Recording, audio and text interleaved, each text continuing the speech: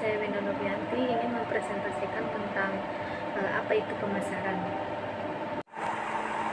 Di sini saya akan menjelaskan apa itu pemasaran dari kelima buku yang saya dapat.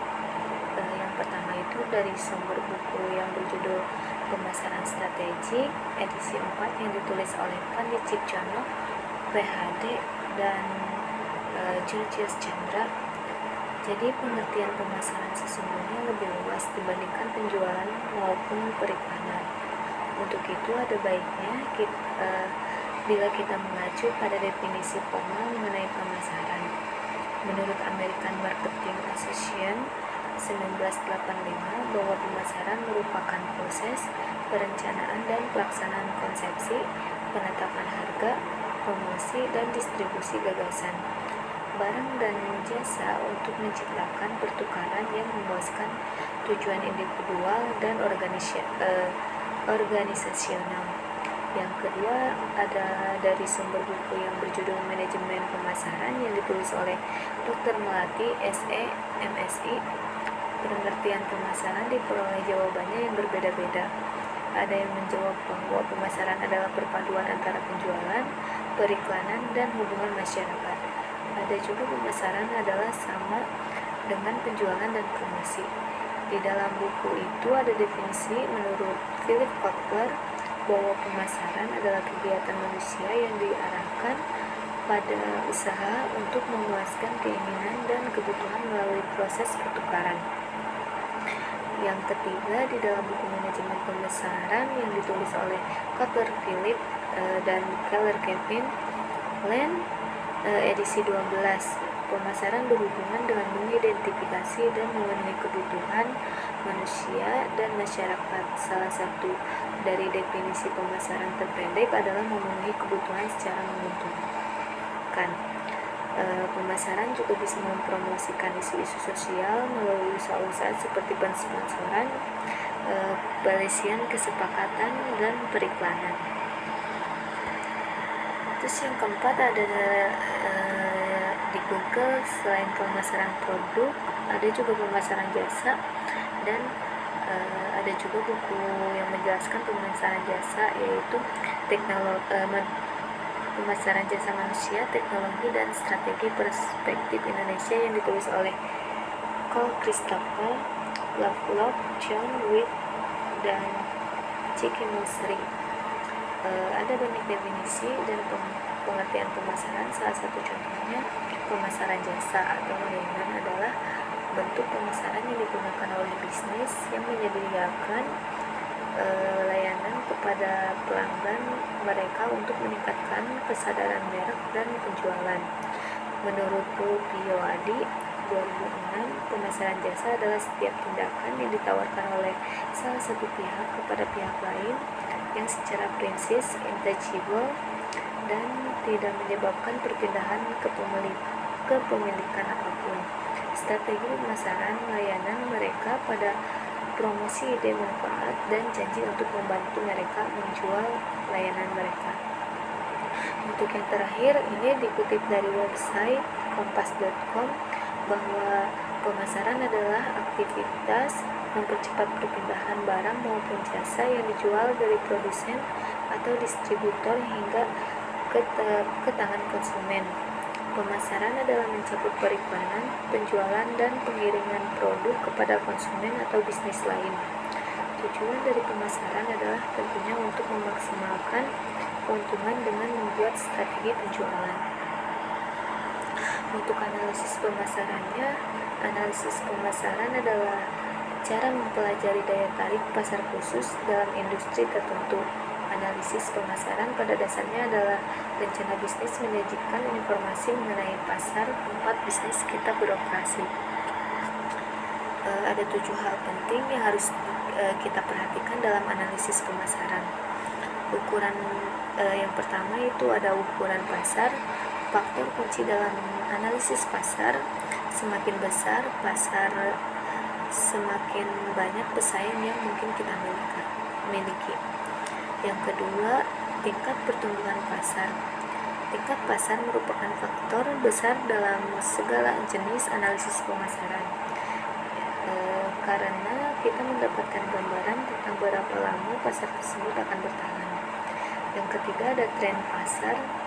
Tren pasar adalah bagian penting dari analisis pemasaran. Memiliki pengetahuan tentang tren membantu kita memutuskan jenis produk apa yang kita akan jual. Yang keempat ada profitabilitas pasar. Motif sebagian besar perusahaan untuk masuk ke bisnis ini adalah untuk mendapatkan keuntungan. Yang kelima, faktor kunci keberhasilan. Faktor kunci keberhasilan adalah unsur-unsur yang membantu bisnis untuk mencapai sukses besar di pasar. Yang keenam ada saluran distribusi. Saluran distribusi sangat penting bagi sebuah bisnis. Tanpa itu, kita tidak akan bisa membawa produk kita ke pelanggan. Yang ketujuh, struktur biaya industri. Struktur biaya industri merupakan faktor penting saat menjalankan bisnis. Ini pada dasarnya melihat berapa banyak biaya yang diperlukan untuk mendapatkan produk kita untuk dijual.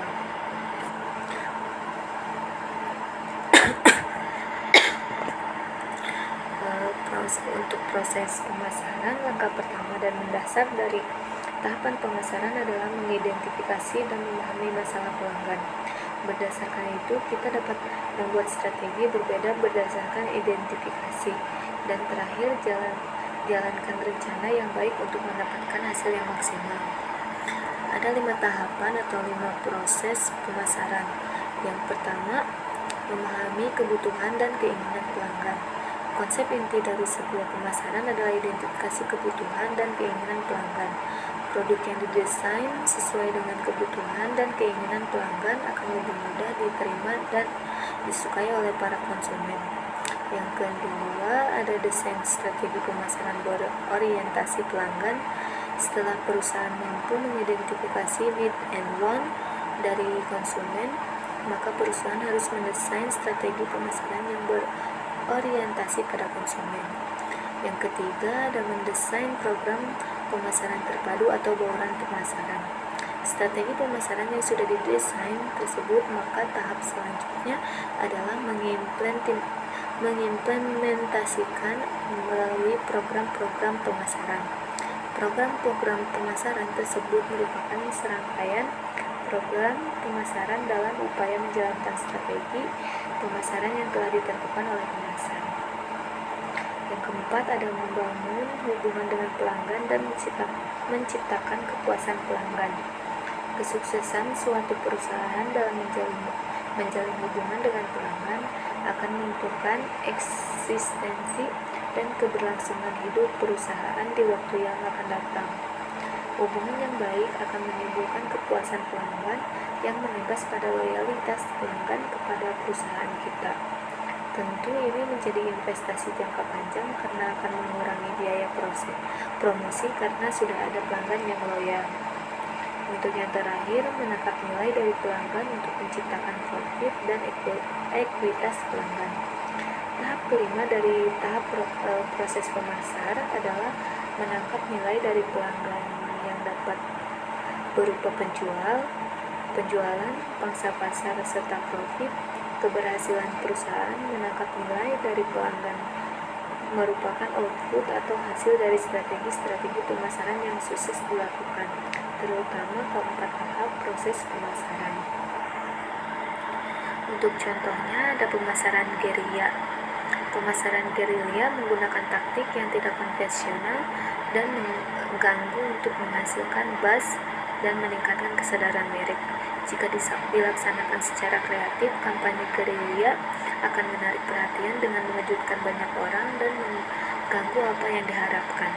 Berbeda dengan periklanan tradisional, pemasaran gerilya lebih mengandalkan imajinasi dan kecerdikan daripada anggaran besar. Taktik berfokus pada ide-ide berdampak besar yang mendorong diskusi dan berbagi di media sosial atau mendapatkan liputan media. Ada 7 kampanye pemasaran gerilya yang berdampak sebagai berikut, yaitu yang pertama ada Profit Tender Deal Full, ada IHOV untuk sementara diganti jadi IHOB. Terus yang ketiga ada aksi iklan Super Bowl Night. Yang keempat ada pengambilan kereta bawah Tanah David Bowie dari Spotify. Yang kelima ada ketakutan bom, kekuatan kelaparan aqua remaja. Yang keenam video viral dolar save club. Yang ketujuh papan iklan buku Pop Tart. Sebenarnya ada 15 tapi sebagai berikut. Sekian presentasi dari saya tentang apa itu pemasaran. Wassalamualaikum warahmatullahi wabarakatuh.